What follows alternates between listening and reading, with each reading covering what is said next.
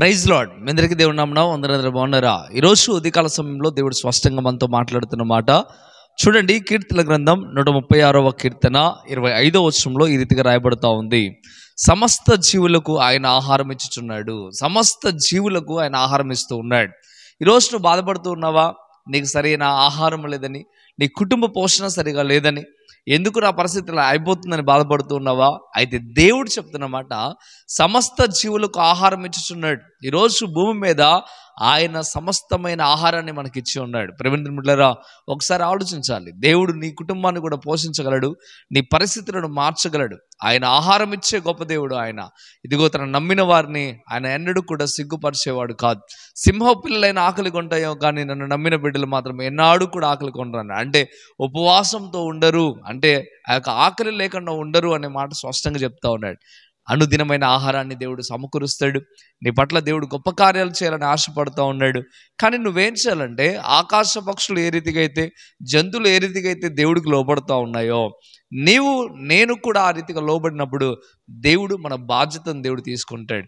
ఎప్పుడైతే మనం దేవుడి మాట వింటామో అప్పుడు దేవుడు మనకు సహాయం చేయడం ప్రారంభిస్తాడు. ఈ భూమి మీద సమస్తం ఆయన పెట్టాడు. వాటన్నిటిని చూసి ఒకసారి మనం ఆలోచించుకోవాలా. మనం ఏ రీతిగా బ్రతుకుతున్నాం, ఎలాగో జీవిస్తున్నాం. దేవుడు నా కుటుంబాన్ని పోషించాలి అంటే నేనేం చేయాలి? దేవుడు నాకు సరైన ఆహారం ఇవ్వాలి అంటే నేనేం చేయాలి? నా పిల్లలకు సరైన ఆహారం ఇవ్వాలంటే అసలు నేనేం చేయాలి అనే విషయాన్ని స్పష్టంగా మనం తెలుసుకోవాలి. ఎవరైతే భయభక్తులు కలిగి ప్రభు సన్నిధిలో ఉంటారో వారి కుటుంబం తప్పక పోషించబడుతుంది. దేవుడు అన్నాడు సమస్త జీవులకు అంటున్నాడు. అందులో మనుషులు ఉన్నారు, జంతువులు ఉన్నాయి, ఆకాశ పక్షులు ఉన్నాయి, జలచరాలు ఉన్నాయి, అన్నీ ఉన్నాయి.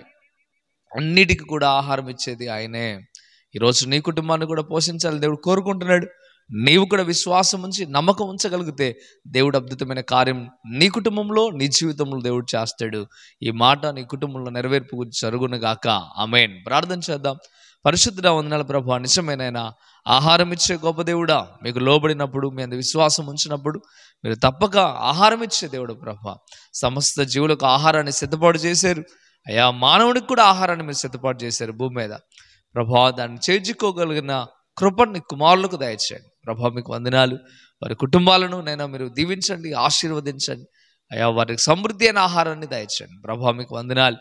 మీరే అన్ని విషయంలో మేలు చేయమని, ఎవరైతే నైనా ఈ మాటలు విని హృదయంలో భద్రపరుచుకొని ఈ ప్రార్థనలు ఏకీభవిస్తున్నారో వారి జీవితంలో మేలు చేయమని యేసు నామములో మిక్కిలి బతిమలాడి వేడుకుంటున్నాం తండ్రి. ఆమేన్, ఆమేన్. మంచిది ప్రియమైన, ఈ మాటల ద్వారా మీరు బలపరచబడినట్లయితే తప్పక వీడియోని లైక్ చేయండి, అనేక మందికి షేర్ చేయండి. దేవుడు మిమ్మల్ని, మీ కుటుంబాలను దీవించును గాక. Amen. God bless you. Praise lord.